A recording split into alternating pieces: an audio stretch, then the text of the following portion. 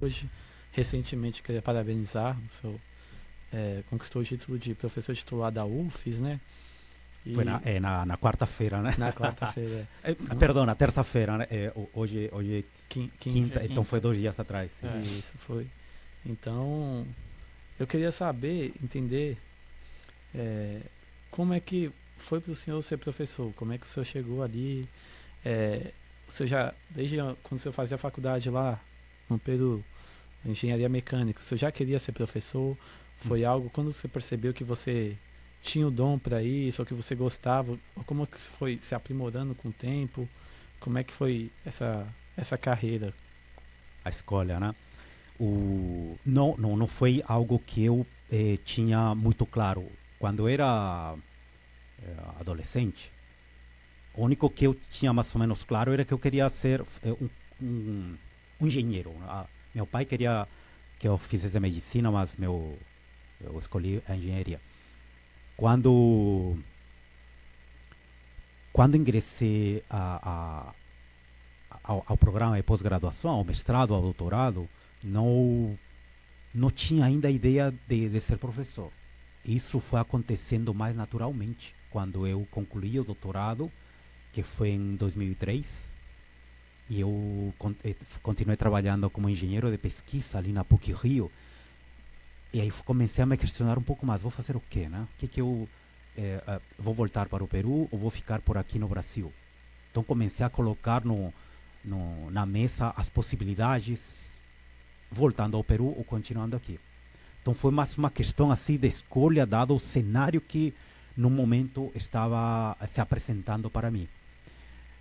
A dinâmica da vida, né, nos ensina que você pode, é bom planejar, né? Você fazer seu planejamento, o que você vai fazer daqui em 2030, 2035, né, 5, 10 anos para frente. Mas você tem que estar atento aos processos de mudança, a dinâmica que acontece dia a dia, semana a semana. Então, quando eu terminei a coisa certa que eu tinha na cabeça quando eu terminei o mestrado era retornar para o Peru. Tá, isso estava muito claro para mim.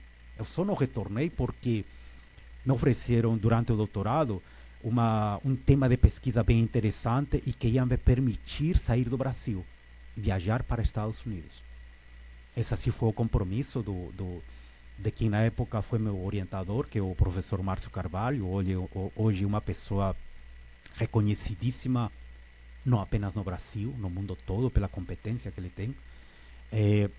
Eu fui seu primeiro aluno de doutorado dele, porque ele tinha acabado de retornar de Estados Unidos, ele fez seu doutorado em Minneapolis, na Universidade de Minnesota, depois ficou trabalhando em empresas americanas, eu acho que foi a Imation ou a 3M, dessas empresas americanas, e depois retornou para o Brasil. Quando retornou, eu fui o primeiro, ele me convidou para trabalhar e iniciamos o processo. E então aí, terminei o doutorado, também eu não pensava muito bem o que eu ia fazer depois, no dia a dia, né? É que meu doutorado assim, foi bem exigente, bem cansativo, porque quando eu não estava no Brasil, eu estava em Estados Unidos. Eu viajava praticamente todos os anos. Eu não tinha muito tempo para pensar em mim. Comecei a ter isso um pouco mais claro quando eu terminei o doutorado e comecei a trabalhar como engenheiro de pesquisa, ali na própria universidade, no Rio. Comecei em 2003, aí veio 2004, 2005, e eu comecei, mas eu vou continuar assim, o que eu vou fazer daqui a 5, 10 anos? Vou continuar nessa atividade? Tá, e se não for isso, o que poderia ser? E aí começou a questão, né? O grande X da questão, a preocupação, digamos assim, por fazer algo diferente. O ambiente era excelente onde eu estava, tinha um salário bom, o melhor lugar praticamente para trabalhar na época, mas decidi sair porque eu me vi na necessidade de trilhar meus próprios caminhos, desenvolver meu próprio percurso e não estar diretamente limitado ou vinculado a alguém no crescimento profissional, me refiro, né? Eu estava com o professor Márcio, excelente pessoa, mas eu sentia a necessidade de alguma mudança, e essa mudança aconteceu naturalmente. Fui para a engenharia mecânica na UFES em Vitória como pesquisador visitante, e em 2008, então nessa época eu já estava com Começou minha ideia de ser professor em 2006, mas foi não algo que eu tinha planejado. Foram as circunstâncias que me foram levando para isso. Em 2008 eu me efetivei como professor aqui em São Mateus, né? na Engenharia de Petróleo São Mateus. E como eu tinha o título de doutor, ingressei como professor, qual a categoria inicial? Adjunto. Tem adjunto, tem associado e outra categoria de titular. Vejam como é o processo. Você ingressa como adjunto, depois de adjunto 1, depois de 2 anos, você monta um processo enorme e encaminha para avaliação. Aprovado, vai para o adjunto 2. Repete o processo. Um monte de documentos a cada 2 anos. Passa para o adjunto 3. Processo novamente a cada 2 anos, vai para o adjunto 4. Depois chegou no adjunto 4, passa para associado 1. Cada 2 anos. Todo o processo a cada 2 anos. Associado 1, associado 2, associado 3, associado 4. A característica dessas etapas é que você acumula documentos e faz todo o envio digital para alguém avaliar. A interação é apenas, está faltando um documento, você tem, pronto, você não precisa apresentar, defender, fazer uma exposição oral, nada. É simples, é todo um processo interno da universidade. Muda quando? Quando você termina associado 4 e passa para a próxima classe que é titular. Aquilo que eu fiz 2 dias atrás. Por quê? Você tem que montar uma banca de professores titulares. De 4 professores titulares. Um que seja da universidade e 3 que sejam externos. E quem seriam esses professores titulares? Alguém que tenha uma certa tangência com a pesquisa que o candidato, no caso eu, desenvolvo. Que seria algo com a parte de petróleo, na parte de energia e coisas do tipo. Então, essa é a parte mais complicada, encontrar quem vai ser sua banca quando você vai ser titular. Porque a pontuação eu sei que eu tinha, porque eu faço a conta e tal.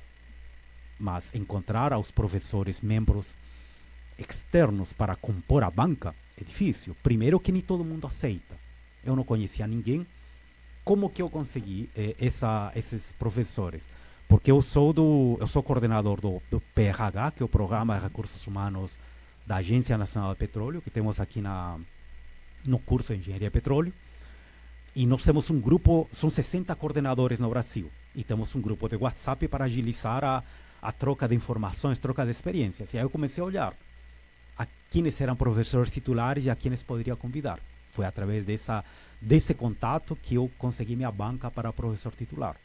Então, foi apresentado e qual é a característica desse processo? Então, a dificuldade de conseguir a banca, que não é fácil, e a outra dificuldade, digamos, é que você tem que fazer uso da memória e resumir em uma apresentação de 40 minutos o que você fez ao longo de 17 anos, sem ser muito profundo e sem ser muito superficial.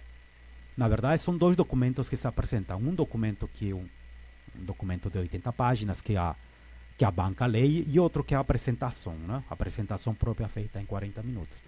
Então, foi assim que me tornei professor titular, e ser professor titular é algo que ainda está... Há uma frase que o brasileiro utiliza muito, pelo menos o pessoal do futebol já ouvi falar, entre aspas, né? Abre e fecha aspas. A ficha ainda não caiu, né? Assim, no sentido de que estou com a cabeça ainda em outro lugar. Mas o concreto é que eu não vou ter agora a necessidade de a cada 2 anos fazer essa montagem de documentos e estar apresentando. Não tenho mais isso. Porque se chegou no topo da carreira.